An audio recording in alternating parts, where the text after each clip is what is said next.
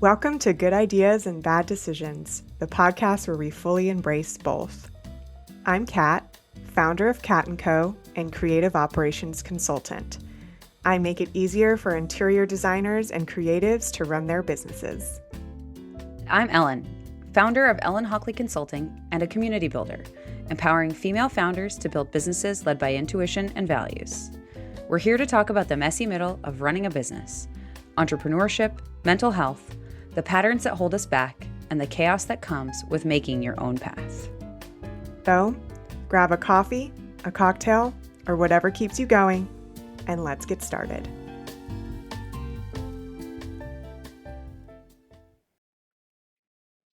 Hello. Hi, Ellen. Good morning. Good Afternoon. morning. Yeah, I guess it is afternoon here. Welcome back to Good Ideas and Bad Decisions.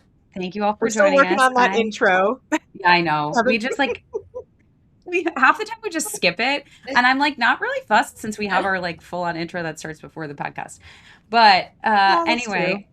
I'm super stoked. Today we have Callie joining us, who I have known. Honestly, I was doing the math and I was like, I don't know, 4 or 5, maybe 6 years. It's hard to know at this point. But I'm super stoked that she's here. Callie is a women's health dietitian and personal trainer and all around badass. I met her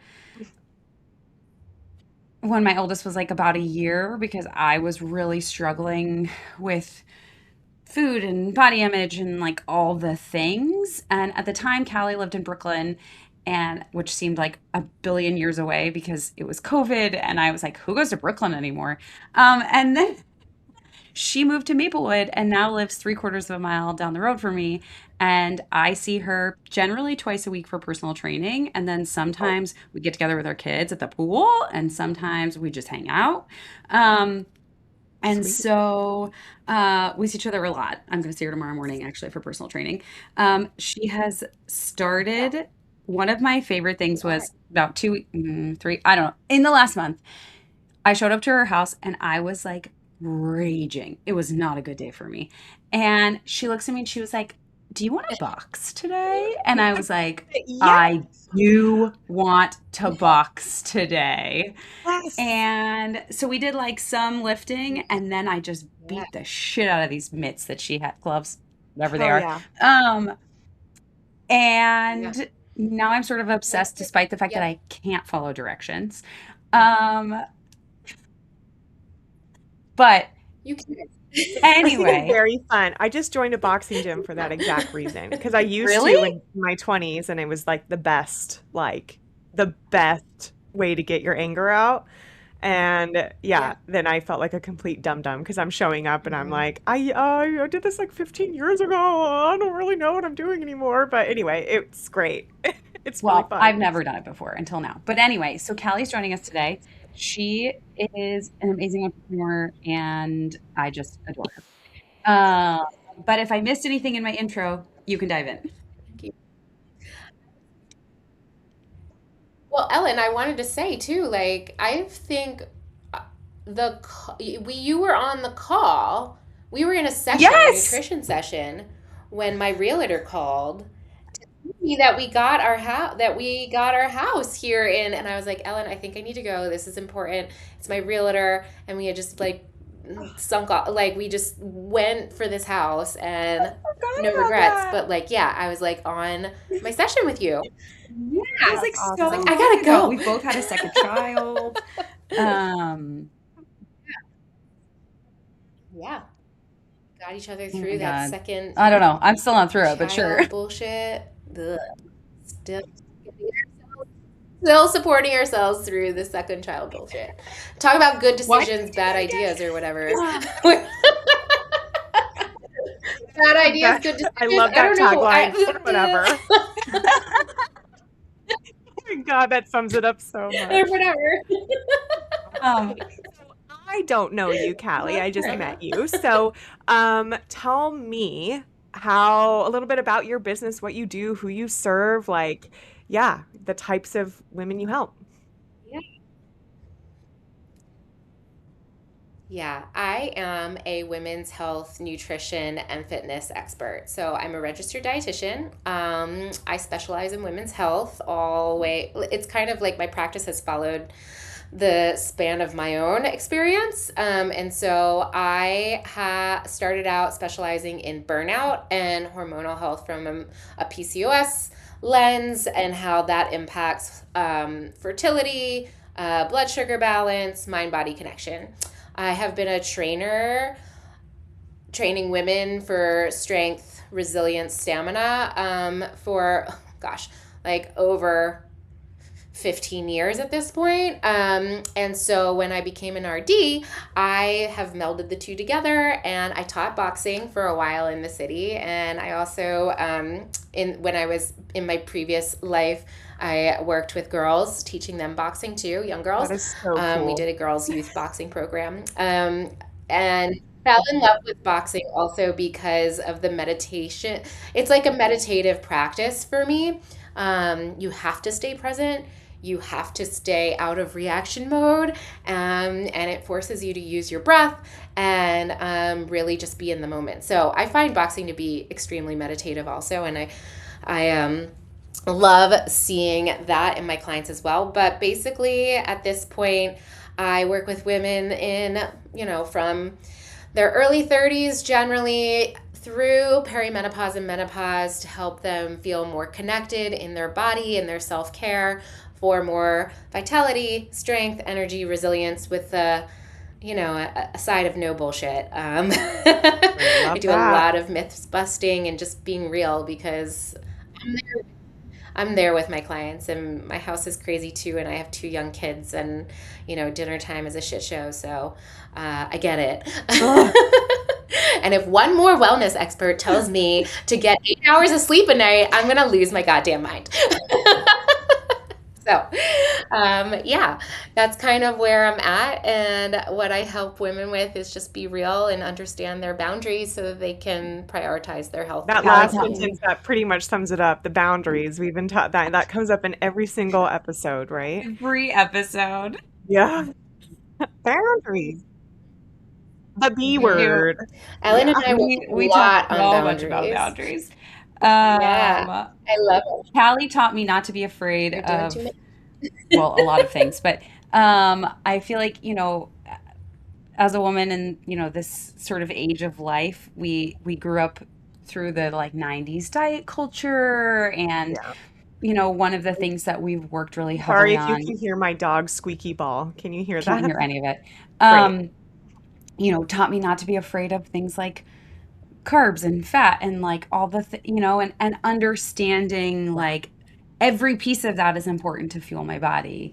Does that mean I should probably have an ice cream sundae before bed every night? Likely not, but it doesn't mean I can't do it. No one's telling and so I you think can't. that there's so much to be said for like finding a person who has a really sort of similar life experience, and also just like Callie's energy is just so there's something about it. I don't know how to explain it. Exuberant. Yeah. I could feel it the second we got on. You're great energy. So it's coming from this is one of those over here. Thank you. This is one of those things that's hard for me because I do know you so well that I'm like, oh, I have to get back into podcast mindset. So I'd love for you to share with our listeners a little bit about like what your background is, how, in the sense of how you got there, because your journey was super nonlinear. And I think it's really helpful for our listeners to understand that like this isn't where you started, and you made your way here through a lot of different pathways. Oh yeah, it's a continuous evolution. I don't even feel like I think I'm just getting started. But let's see. I started my career in advertising. I worked in advertising in New York City, doing digital media for 5 years. And during that time, I also like had a second job where I was teaching spin class. And I was also, I worked in wine and did wine events.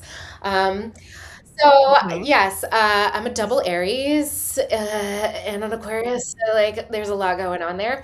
Um, but at some point, I was so burnt out. I was so fed up, and I was like, either I do something different, or I will not go on. Like, I just cannot do this anymore. And so I decided after those like 5-ish years, probably I was like 28. um, I decided to go back to school. And so during that time, I got my personal training certification and worked at Equinox, and then put myself through at NYU and got my master's of public health nutrition and community nutrition. So I worked during that time also with the New York City Department of Health, teaching nutrition education classes and working in Head Start programs, and helping to develop nutrition policy and fitness policy in schools.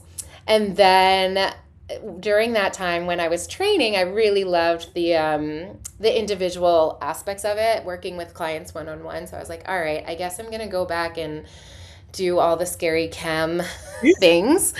Um, and so I did another 4 years of a master's with a clinical degree, and came out with a double master's plus the RD licensure, um, and started my own practice. So I also, during that time in my residency type, my licensure internship, I worked with a women's health dietitian, Martha McKittrick, who changed the course of kind of what I was doing. She is a PCOS expert, and she really kind of got me. I knew I wanted to work in women's health, but this was like, oh, hormones. Yes, this is like, so many women go on birth control right away. It just informed like my experience, and I was able to put so many like get an better understanding of myself in this too. And so like, more people need to know about their menstrual health and their cycles. And I can't tell you how many people don't know about ovulation in their 30s. It's fucking crazy. And so I decided I was going to go into practice and specialize in women's health, and my practice has really evolved since then. I started out as a cash-based program during COVID, and then, all virtual. So that informed things versus being in person. And it's just grown from there, from groups to speaking engagements to including the fitness and side of things. And yeah, it continues to evolve. And I think that's really Another good for my topic ADD. we talk about all the time. Yeah. I know. And it wasn't till grad school that I figured out that I had ADD. And I almost failed out. So like all these things, right? That you just like don't know, and you think, oh, it's just a quirk, but it helps to put, sometimes a diagnosis can be really helpful because it can help you really understand and give you give you a more proactive approach to managing. So we always kind of integrate whatever else is going on from a mind body perspective and brain perspective into the practices of what I do here. I really like to focus. I'm not a dietitian that's going to give you kind of like a list of foods not to eat. We always come at it from a place of addition rather than subtraction. And it's not about adding stress. It's about Right. adding more life and joy from food. There's so many different joyful aspects around food that I think are so important, not just from like a loving what you eat or enjoying food, but from a life perspective and from a digestion perspective. So Yeah, it continues to evolve, but that's kind of how I There's got here. It's a little bit of my so rambling story, many I guess. parts in that It that was I'm like, I definitely want to know more about that. I want to the know more. scenic journey. I'm like, where do I start? Um, Food thing though, that I'll just start on that last topic. That, I mean, where do I even go with that? We all have had ups and down relationship with food, right? As I feel like, Ellen, you mentioned the 90s diet culture, right? We Um, did. yeah, can you give me an example of maybe, I mean, when we think of like starting a diet, right? A diet. So restrictive. I can't have this. I can't have this. I'm like changing my Yeah. life to restrict these things. Can you like share how you reframe that for people and the women you work with? Because that's like a lifelong thing for me. Well, I think, a diet, it's reframing your relationship with food, right? It's about helping you see opportunity and live in the gray and come at it from a curious, like flexible place because life is dynamic and your needs are also dynamic. And so we really work on like perfectionism and all or nothing mindset Poor cat's like, oh and God. black and white thinking. Literally, Callie, right Um, before you said that, my thought was, I need to yeah, ask her about my all or nothing mindset. And then you literally just said perfectionism and all or nothing mindset. I'm like, fuck, she's reading me like a book. yeah. One Well, type. I have a type. But yeah, it's like it's so layered and faceted, especially I can totally appreciate it too because Yeah. I didn't get here because I had a perfect relationship with food growing up. And it's really about cycle breaking. And so there's a lot of psychological emotional things going on with Hmm. food and we have to peel back those layers and our understanding of what is out there, what the media says about food, and what you hear about food, and what you've read about food, and what studies have been done around nutrition, because Wait, what? women are not small men, and so like What? I know, right? And so our nutrition practices, a lot of the research is based off of men or mice when it comes to nutrition. Like you see a lot of intermittent fasting. Women react so much differently to fasting than men, and I often do not recommend it. And the same thing goes for like keto, or even veganism or vegetarianism. Um, so it's busting some of those myths as well as what we've been hearing when research is written about and what Mm, studies have been done and how they've been done. But then from there, it's about food relationship and diving into how that informs our ability to make choices for ourselves and how mm, it informs Yeah. our mhm. autonomy in our lives I know Yeah. this, right. when we're constantly looking for um, the external like rules. Our Those own autonomy. disconnect Yeah. us from the communication system of our body, right? And we're taught not to trust our bodies. And so we have to reset the foundation of our Well, it's metabolic like health and our this relationship obviously, with our cat body. is not quite the same for you, but one of the things that like I've been doing now as a parent is working on teaching my children to trust what their body is saying when it comes to food. And so, like, we have this, I don't know if we'll call it a rule, but Yeah. sort of sure, where when the kids are like, I'm done, I say, okay, if you want, like, it doesn't matter if their plate's full or empty. That's fine. If you're full, you're full. But we say, okay, can you do me a favor and check in with your belly first? And so that way we're teaching them to like Yeah. listen to what their body is saying. Like if you're full, fine. Like you listen to what your body is saying, but can you just check in first and make sure that your belly is full? And sometimes they'll literally lift up their shirt and be like, "Belly, are you full?" And sometimes they say yes and sometimes they say no, and sometimes they say, "Yes, my belly is full of X, but can I please have some of Y?" or, you know, like, and so really working on teaching them how to relate to their body and the food that they're eating. And, you know, we try to eat as much as we can as a family, which always is whatever. During the week is kind of a nightmare. We don't really necessarily eat as a family, but like, you know, and I make a point of like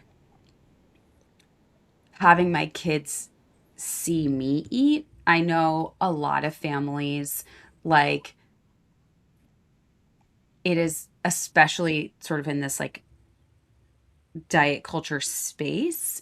There are a lot of parents who don't eat in front of their kids because they're not eating, or like they're, you know, Eating there's different just like, food. and right. Yeah. And like I often eat very different food than my kids, but like if they want some of it, they can have some of it.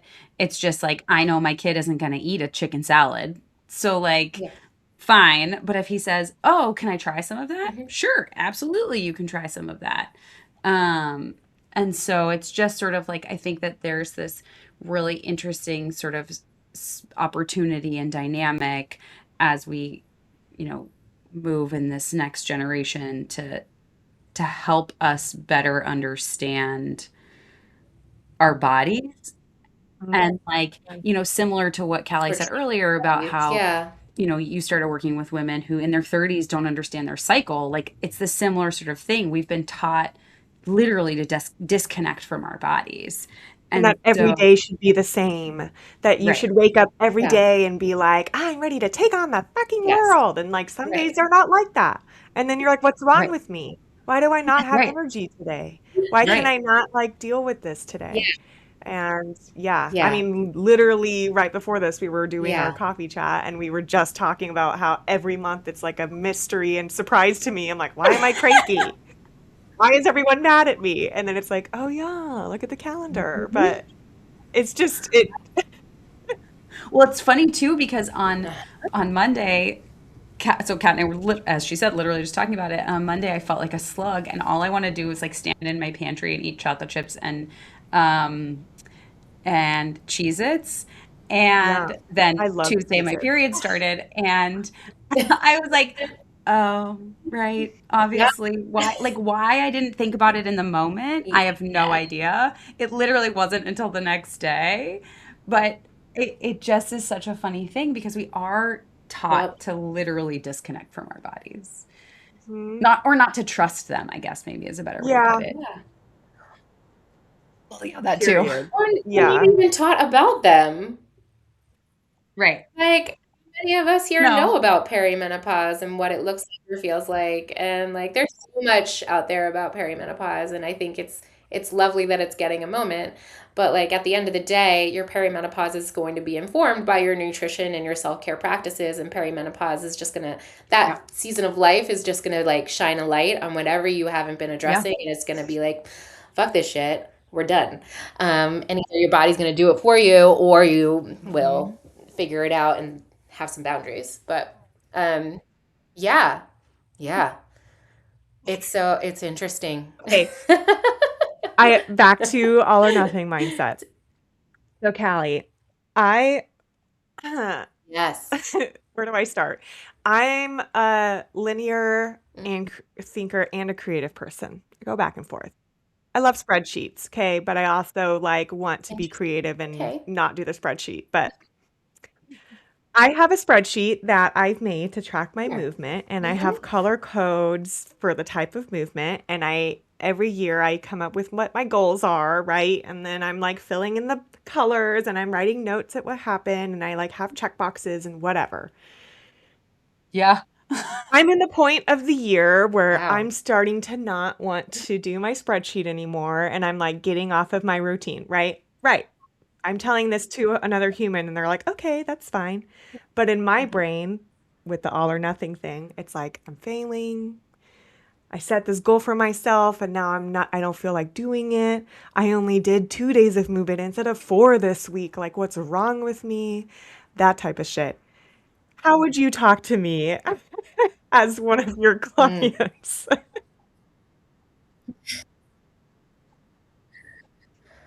Yeah. Uh, Well, I think you have to consider meeting yourself where you're at, right? And Mhm. I would say some movement is better than none. And so if you don't have the time for whatever you had planned, is there a way for you to get an extra walk in or just like get 10 minutes of something? I would also like to remind you that studies do show for blood sugar balance and insulin response that even an 11-minute walk has been shown Yeah, to Great. reduce didn't know that. glucose levels. Um, Oh, so you can put that in your back pocket and say, okay, I don't have time for that hour, HIIT class that I really wanted to get to, but I can mhm. still make a difference with 11 minutes. Um, and keeping that in mind often helps people meet themselves where they're at. Um, and I would also, dive into the reasons maybe why aren't we hitting it? Is it because you've been too rigid? Is it because it's a lot of effort to do the workout and do the I like color the color coding? coding part. Have we got too far? Can we just do some movement? The other thing is, I don't know, like depending on your goals, are the goals for the right reason? Are we doing the goals out of punishment or are they a celebration? And Great so question. does that keep you motivated? Because if your goals are all about punishment or killing your body or disconnecting it or like changing it in a way that feels, Yes. you can't hate your way into a body you love, right? And so if you're resentful of whatever you've set up, that is just going to add more judgment and obstacle to you actually getting the thing done because you're like, ugh, versus I love to box. I'm going to go hang out with my friend and I'm going to box. And if I have to leave early, I'm going to leave early, or I'm not feeling super hot today. So I'm just going to half ass it. And that's fine too. There have been many Yeah, a workout where I've been like, I know I will feel better if I do this. do it. I cannot do it in the way I had planned to do it. So I'm gonna half ass it and see what happens. So coming at it from a place of That's curiosity really, rather I than appreciate judgment that. can actually be really helpful Yeah, too. I think there's a component in there that is, um, right, the expectation is greater than like the actual energy level, right? And then it's my brain loves to play the trick with me Mm, where it's like, does it even count? Like, does it even count? Where it's like, yes, mm. it Why does wouldn't count. it? Point. Why wouldn't it? Even though it's shorter or just 5, 10, Yeah, 15 minutes instead of a class, like, yes, it counts. I'm still doing something I wouldn't be doing otherwise. Right. moving. So Totally.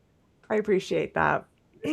Yeah. Um, yeah, this spreadsheet sounds intense. I can't imagine. The only time I have a spreadsheet for my workouts is if I'm like training for a marathon where I'm like, oh, I have to get X number of miles because my legs need to be prepared for 20, however many miles it is, 26.2. Um, I'm not a spreadsheet workout I'm person. surprised I would because you're like literally more never do type it. A than I am. But I would never do it. That for me would feel like punishment. But seriously, like I would rather get up in the morning and like go for a long walk, put on my vest, put in my headphones and listen to a book or some music and do that and like be in my brain than have to be like, okay, I didn't do X. It just doesn't, it's not for me. I never do it when I have a spreadsheet. The I like it because it's color coded. Like, That's Well, I fair. think that's the the thing reason is I like, like it is because I like opening it and being like, "Look at the colors. What colors did I do this week?" pretty. Um, fair, totally fair. We like pretty colors. I love that for you. Yeah, I feel like, Mhm. don't turn your Yeah. workouts Okay. Yep. into Heard. an Yeah. obligation. Yes. I Same. do though. On that note, and There, this is something Callie and I have spoken about off and on for years, is I am somebody who is, um, my movement is part of my mental health practice.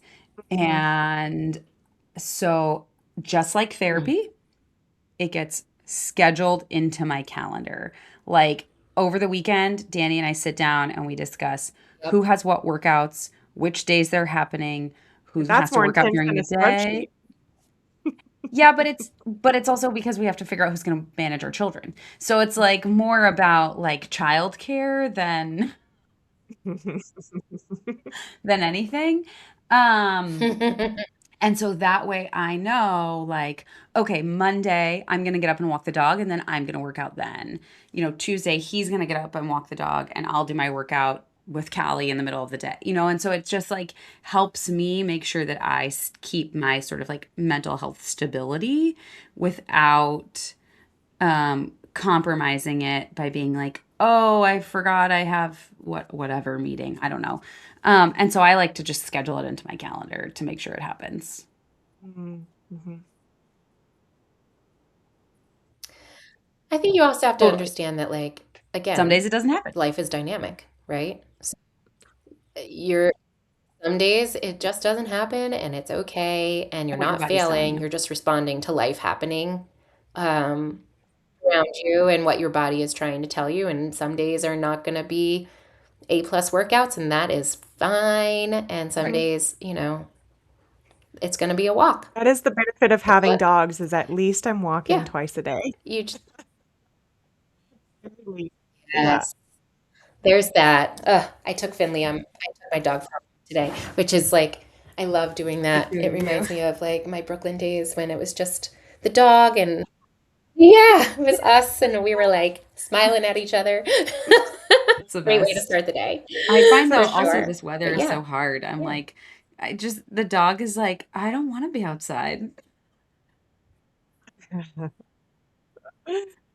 Um, He's like, don't make okay, so me. tell me about I'm curious how you structure like your business, right? Going back to, you're running this as a business. How are you structuring your sessions with people? Are you doing packages? Are you doing one-on-one? Like, are you doing, like, just tell me the logistics Yeah. behind it. Again, with the left brain, I'm interested. Oh my goodness. Okay, so left brain. Well, so this is always an evolution. And the right now, Oh, what I wow. have done is I do accept insurance. So there's a part of my Mm. business that is insurance-based nutrition, medical nutrition therapy, um, and preventative care. So within that, though, I include it in my different levels of programming. So yeah, I have a huge database of information, of recipes, of education materials, of modules, like that I've done over the course of 10-ish years of having my practice. And then, depending on the level of support that a person might need, I can customize that for people. So there's like the baseline level, which is the insurance based nutrition counseling plus access to all of my resources, my education materials and resources, and that's an out of pocket expense that can be paid for either with like your health benefits if you have a health savings account or something like that, or you can just pay out of pocket using a card, whatever. And it's a 3-month commitment. And then after that, we kind of decide what we need to rearrange. And then the second level includes a little bit more hands-on support. It includes a little bit more data collection in terms of lab work or continuous glucose monitoring. I also offer programming, fitness programming. So during that time, if you are a person that can work out on your own, you get access to my virtual group training program, as well as a customized fitness program that you can do on your own. And then the next level up is hormone testing or gut testing, plus the glucose monitoring, plus personal training. So one-on-one personal training. Either we do that virtually or in person. I train out a studio here in New Jersey in Millburn. And that's how I'm working with one-on-one with my clients. I also offer usually like every other quarter, I have a group sort of program where I get to pick the theme. And lately it's been a lot of perimenopause, but I'm going into like perimenopause health. We meet for a few weeks consecutively, and it's just for women. And I'm doing a group type of program. And then I offer fitness programming and classes. That is something that I am trying to Ooh, roll out, potentially a boxing We were just clinic. talking about it on Tuesday. Stay tuned. fun. But yeah, we were talking about it on Tuesday, and it's kind of in the works. And I would love to do an app at some point, Oh, but right now, that is kind of how things are rolling. I have one-to-one counseling at different levels, plus that's great. group here and there whenever I I didn't even feel like consider that like a getting my portion shit of your together for work that. would be covered by insurance, but that makes sense. Like once you start talking about it, you're like, duh. Okay, that's so interesting. Yeah, I love that you have like a wide range of things that you can, it's not just one service. I mean, I also get bored if I'm yeah, doing the same thing in the same yeah. way. Mhm. Well, and I'm sort of like you too. I love data. I love diving into data. I love basal body temping. Wherever my fertility clients, I love going and diving into that and being like, oh, this is the day you ovulated, and this is how long like your luteal phase is lasting based on their temperature. I love that. You should have seen me with my charts when I was trying to get pregnant. Oh my God. And then, but I loved It's it. It didn't make me data. crazy. It Yeah. just was like my body is doing this cool thing. Yeah, it's data. And so I love like that's why I like the hormone testing too and the continuous glucose monitoring because that really gives us knowledge and knowledge is power and even if things are off or you have had you've gone to the doctor and you've been told well everything's fine like you're fine but you feel like shit it's not fine. This is another layer of connecting to your body and having autonomy in your health and your well-being. It's putting you in the driver's seat rather than throwing spaghetti at the wall to see like what the fuck is going to happen. And I think if you have that knowledge, it makes you become your own best advocate and it makes you feel empowered in taking control of your health and your well-being because essentially like nothing changes unless you have a Against better it. understanding and you're working with your body rather than against it, which goes back to diet culture and diet Yep. Well, mentality even and like from a healthism. personal note, like I had been feeling really off, and Kelly was like, well, I think you should have these labs done. And I went to my doctor and I was like, can I please have these labs done? And she was like, why? And I was like, could I just do like you're not paying for it, I'm paying for it. Like, can you just write the prescription for me to have these labs? Yeah. And so she did, and a couple of the things, Yeah. most things came back relatively normal, but there were a couple of things that were like pretty far off. And Callie was like, okay, well, these are probably some of your issues. We're going to give you some supplements to help like fix what those problems Yeah. are. Um, and it's just so wild that like you're basically Yeah. fighting Healthcare system. to be Yeah. heard. Yeah, Hmm. Yeah. also that. And validated. I think that's the other piece of Yeah. this is like we're told we're hysterical, we're crazy, it's in our head.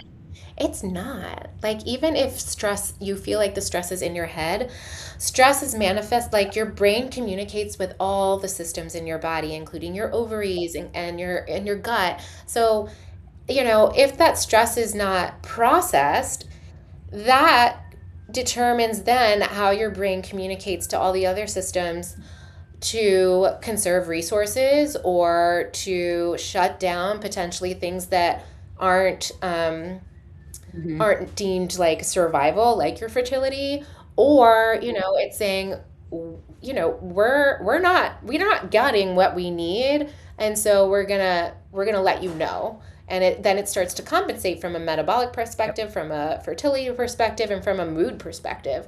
And so over time, this will influence immune response. It's not I think for women in particular too, and many entrepreneurs, that stress, the high achieving, I can Mhm. do it all, I want to do this, Yep. this, and this. We're very goal oriented. It's like our productivity is part of our self worth. It's part of like our identity, and it's easy for us to ignore Sure our is. boundaries and how we show up for ourselves Mhm. at the expense of our own health and well-being.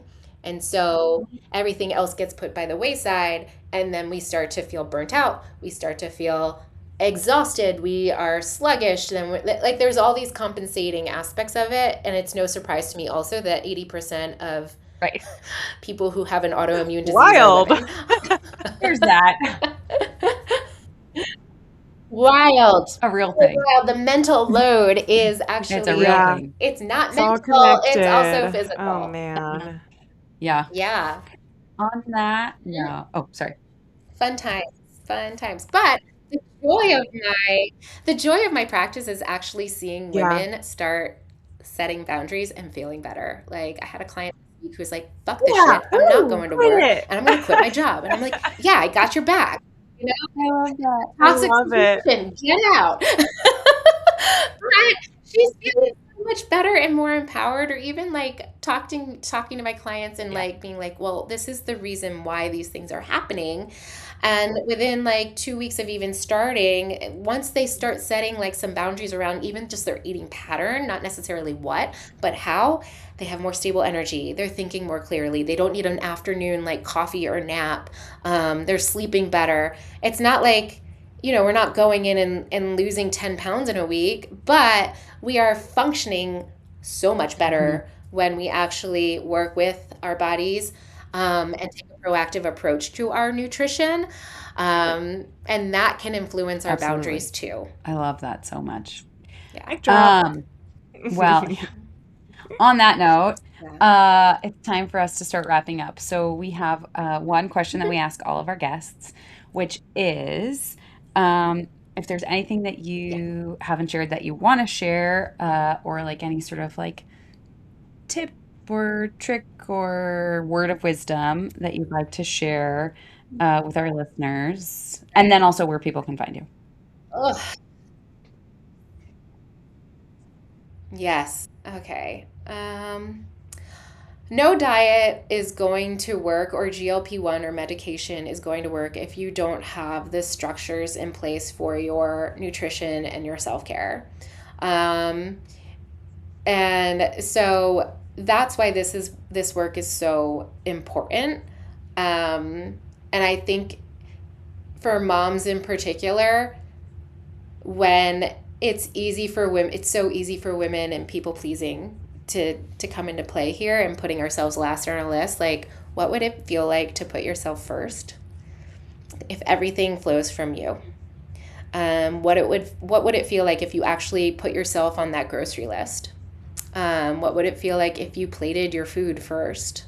What would it feel like if you said, no, mommy needs a break and I need a minute? Or I'm going to work out because it makes me feel good in my body. You do you. Like, I think boundaries are so important for not pushing people away or saying no. This isn't about saying no. It's about saying yes to yourself and prioritizing your relationship with yourself in your life. And so if you can come at, boundaries don't make you a bitch. They Yeah. make you a actualized human Agreed. being at the end of the day. So that's one thing I would say. And also, have a snack, be a snack. Like, pack a snack. You need a snack. You're going to be hungry. Like, just I love go have that a snack, so be a much. snack. Yeah. And then where can you find me? You can find me online, at CallieExas.com. That's my name. And also Woman Up Nutrition on Instagram. I am there. I'm present. I sometimes partake. It's been less consistent, which any algorithm will tell you. But that's the fucking social media. But I am there and I am checking it. I'm like scrolling, Boundaries. whatever, There's the B, but not at the big bedtime. T. So, Oh, what a joy it Well, was to meet you, Callie, and thank talk with you, you. Callie. you so much Of for having course, me. I I'm so love happy to be seeing here. your Thank bright you, and Ellen, shining for face, inviting and I'm me. excited to see it in I'm person tomorrow proud. for maybe some more boxing. Yay. So, Thank you. Enjoy the rest Yeah. of your day Oh, and yeah. your week. And we will all talk soon. Bye. Got it. Yes. Love it. Bye. That's it for this episode of Good Ideas and Bad Decisions. Thanks for hanging out with us. If you love this conversation, we would love to hear from you. Don't forget to subscribe, leave a review, or share this episode with a fellow business owner. Until next time, keep making good ideas and bad decisions.